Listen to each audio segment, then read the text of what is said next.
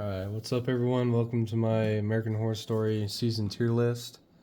I have all the seasons up to the current season, which only half is out so far, Delicate. And I I do have double feature in here, but I split it up for each part. There's Red Tide and Death Valley. So I'm going to go ahead and get started with American Horror Story Season 1, Murder House. That is definitely S tier for me. I still remember the first time I ever watched the show. I think it was 8th or 9th grade. I watched the first episode because it looked kind of spooky, and I was instantly hooked. I've seen this first season at least 9 times.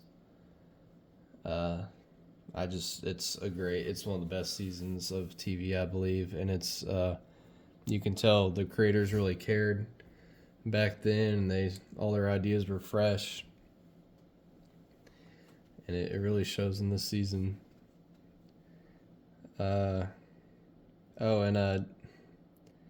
This was the first of anything that I saw Jessica Lange in. She plays the older woman that lives next door, and she ends up being probably the best character of every season she's in.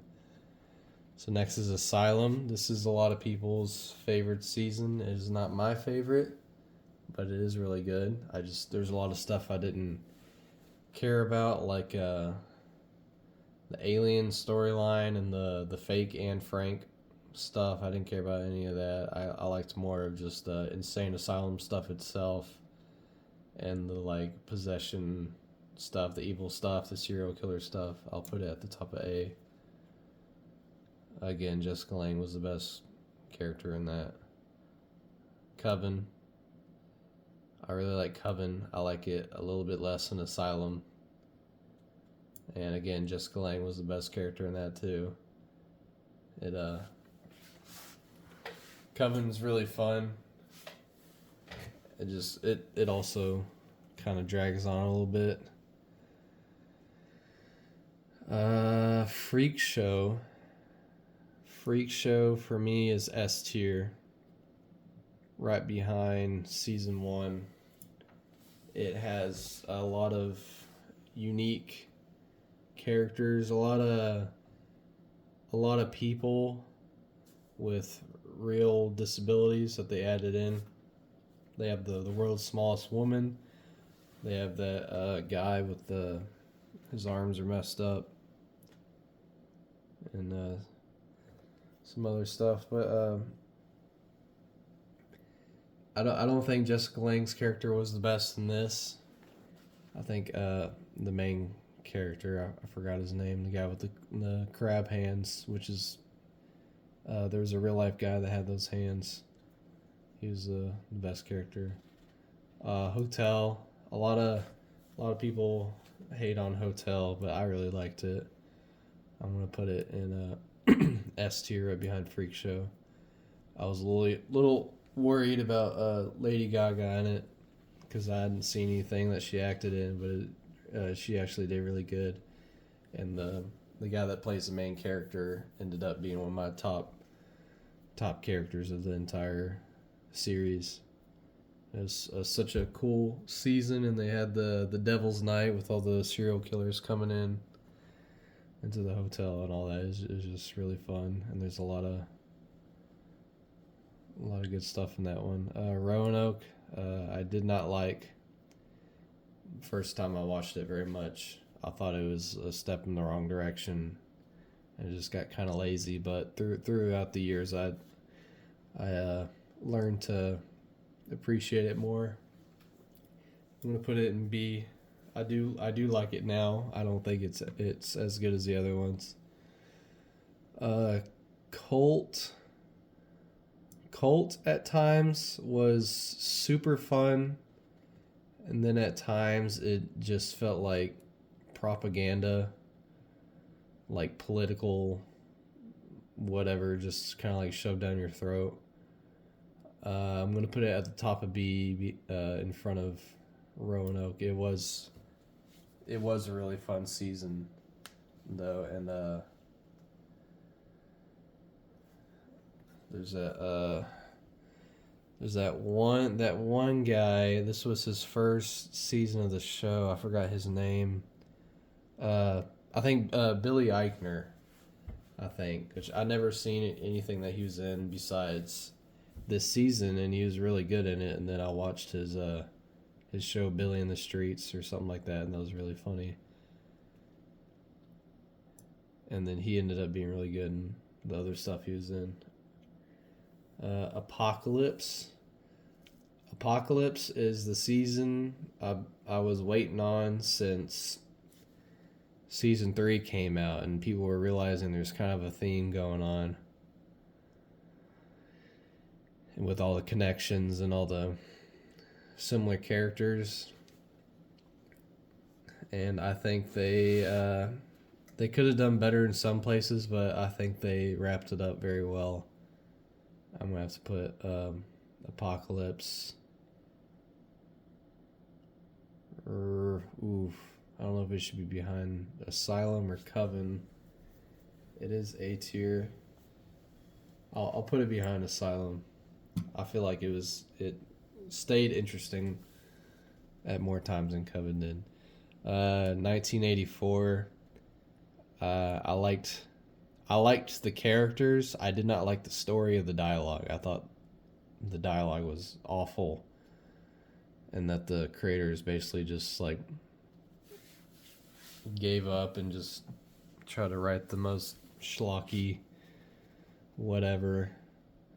And they brought in Richard Ramirez, and I feel like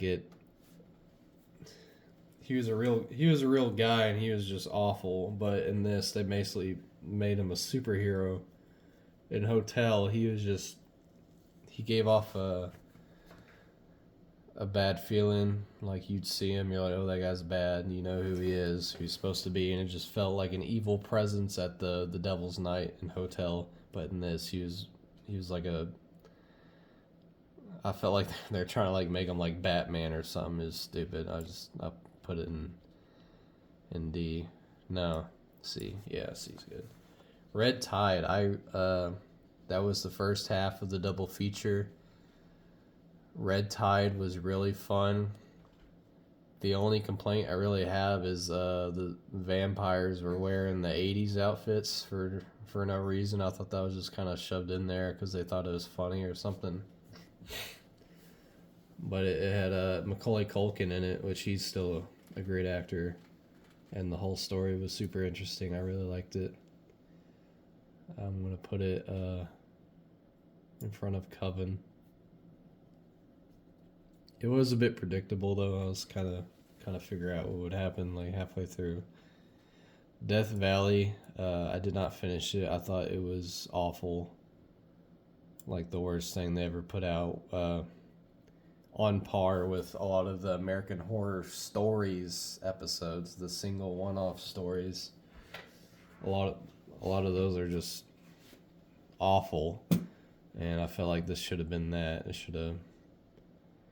They should have made put more character work in Red Tide, made it a full season. American Horror Story New York City. This one had me cracking up the whole time. It was just a little too much at times. As you can see from the picture, it's a little weird. But the characters are really good. And there's a lot of emotion behind the dialogue. The dialogue was great, and the main character, the journalist guy, became one of my favorite characters from the whole series. But I guess kind of spoiler alert, maybe not. I think that's supposed to be the guy I'm thinking of, but the big baddie, that's not supposed to be a weird thing. The big bad guy, with the black mask, he was a lot more intimidating before you know what's really going on, and then I feel like it just kind of ruined everything.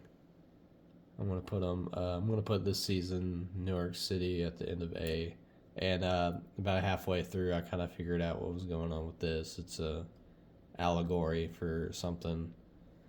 Delicate is the last one. So far, it's pretty good. There are some things that don't make any sense at all, and I can't stand that they put Kim Kardashian in it. I don't think she's a very good actress. She's believable in the character she's playing, because it's kind of just like a business lady. That's kind of, besides the reality TV stuff, that's kind of just what she is. Like, she just sells crap on the internet and exists. I like it a little bit better than Roanoke. And another thing, they named her Siobhan, which